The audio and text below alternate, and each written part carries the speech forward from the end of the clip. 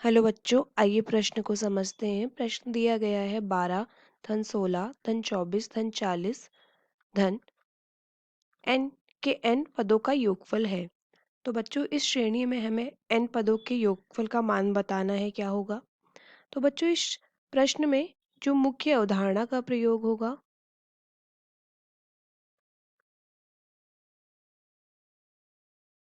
वो ये होगी कि अगर हमें एक गुणोत्तर श्रेणी दी गई है, गुणोत्तर श्रेणी के गुणोत्तर श्रेणी के n पदों का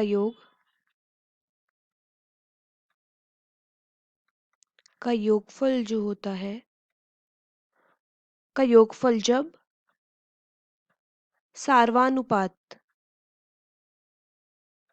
सार्वानुपात r का मान बड़ा हो 1 से या 1 के बराबर हो, हम ले लेते हैं बड़ा हो 1 से, तो उस समय हमारे Sn का मान हो जाएगा a गुणा r की घात n ऋण 1 बट्टा r ऋण 1। तो ये हो जाता है उस श्रेणी का मान जब r का मान 1 से बड़ा हो।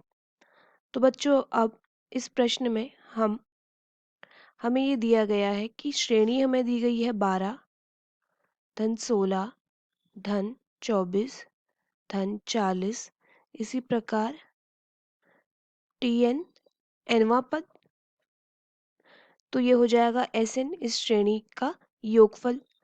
अब बच्चों अगर हम देखें तो 16 ऋण 12, इसी प्रकार 24 ऋण 16, उसी प्रकार 40 ऋण 24, इनका अगर हम अंतर देखें तो हमें मिलता है 4, हमें मिलता है 8 और हमें मिलता है 16। तो इनके जो अंतर है, इनका अंतर है 4, 8 और 16। तो इसी प्रकार जो अगला पद होगा वो होगा 72 ऋण 40, तो हमें मिलेगा 32। तो ये जो पद हैं ये मिलके बना रहे हैं गुणोत्तर श्रेणी। अंतर पदों के बीच का, और हम लिखते हैं कि पदों के बीच का अंतर एक गुणोत्तर श्रेणी बनाता है। पदों के बीच का अंतर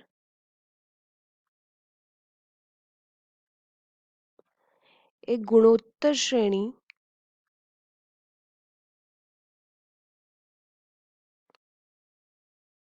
बनाता है। तो गुणोत्तर श्रेणी जब हमारे पद बना रहे हैं, इसका मतलब जो हमारे इन पदों के बीच का अंतर है वो है 4, 8, 16, 32। तो ये है एक गुणोत्तर श्रेणी जहाँ पे सार्वानुपात है, जहाँ पे सार्वानुपात है 8/4 जो कि बराबर है 16/8 के, जिसे हम कह सकते हैं 2। तो r का मान मिल गया हमें यहाँ पे 2। अब बच्चों हम इस Sn को कुछ इस प्रकार लिख सकते हैं। एक तो हमारे पास Sn है 12 धन 16 धन 24 धन 40, इसी प्रकार ये जाता है Tn-1 धन Tn तक। तो हम एक Sn को लिख सकते हैं यहाँ पे 12 धन 16 धन 24 धन, इसी प्रकार Tn ऋण 1 धन Tn। तो हम इसे कुछ इस प्रकार अरेंज करके माइनस कर देंगे। फर्स्ट समीकरण, दूसरा समीकरण, इक्वेशन 1 माइनस इक्वेशन 2। पहले समीकरण से दूसरे समीकरण को अगर घटा देंगे तो Sn माइनस Sn, ये तो हो जाएगा 0 जो कि इक्वल हो जाएगा 12, नीचे कोई पद नहीं है तो 12 आ जाएगा, धन 16 में से 12 घटाएंगे 4, 24 में से 16 घटाएंगे 8, 40 में से 24 घटाएंगे 16। इसी प्रकार ये चलता रहेगा -Tn तक। अब बच्चों ये 0 इक्वल होगा 12 धन 4 धन 8 धन 16 धन माइनस के tn तक। तो जो ये अंतर है, अभी हमने यहाँ पे देखा था कि जो अंतर होगा ये हमेशा एक गुणोत्तर श्रेणी बनाएगा। तो हम इसे ले लेते हैं Sn1। Sn1 का मान अब क्या हो जाएगा, क्योंकि ये अंतर गुणोत्तर श्रेणी बना रहा है। तो पहला पद है 4, r है 2 की घात, हम जा रहे हैं n। अब बच्चों यहाँ पे पहले पद थे कुल n, क्योंकि अब हमने 12 नंबर 12वां पद, माफ कीजिएगा, पहला पद हमने 12 ले लिया बाहर। तो अब कुल पद हो जाएंगे n-1, क्योंकि 12 हमने अलग कर लिया है और बाकियों का अंतर हमने ले लिया है। तो n-1 ऋण 1 बट्टा 2-1। अब हम इसका मान देखेंगे तो हमें मिल जाएगा 0 बराबर 12 धन 2 की घात 4 गुणा 2 की घात n-1 ऋण 1, और बट्टे में 2-1 1 मिल गया हमें। तो 0 बराबर हो जाएगा 12 धन। बच्चों यहाँ पर हमारे पास जो ऋण का tn था, ऋण का tn बचा हुआ है। यहाँ पे भी हमारे पास ऋण का tn बचा हुआ है। तो हम इस ऋण के tn को बाईं तरफ ले आएंगे तो धन का tn हो जाएगा। तो अब हम इसे ऐसे लिख सकते हैं 4 गुणा 2 की घात n-1 ऋण 4। तो हमें मिलेगा 8 धन 4 को हम लिख सकते हैं 2 की घात 2 गुणा गुणा 2 की घात n-1।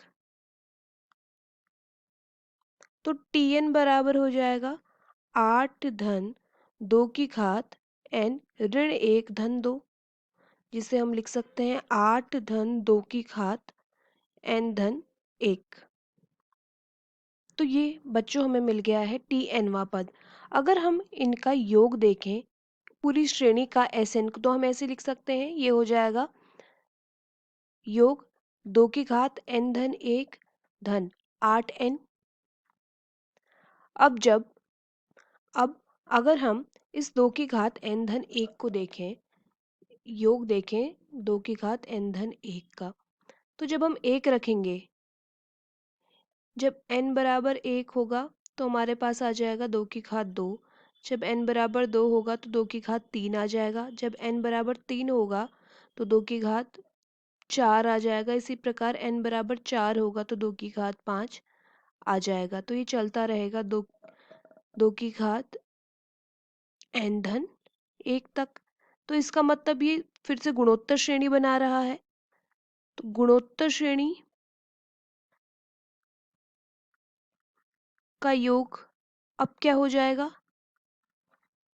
इसका योग हो जाएगा पहला पद 2 की घात 2, यहाँ पे r का मान हो जाएगा 2, क्योंकि अगर हम अनुपात लें 2 की घात 3 बट्टा 2 की घात 2, 2 की घात 3 बट्टा 2 की घात 2, तो हमें मिलेगा 2।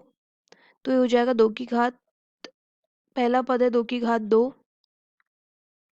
पहला पद गुणा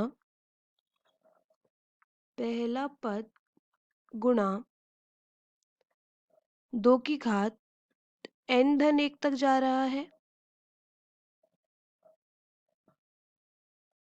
लेकिन यहाँ पे हमें एक चीज़ देखनी पड़ेगी, ये 2 की घात 2 से शुरू हो रहा है, ना कि 2 की घात 1 से। तो हम लिख लेंगे 2 की घात 2, 2 की घात n धन 1।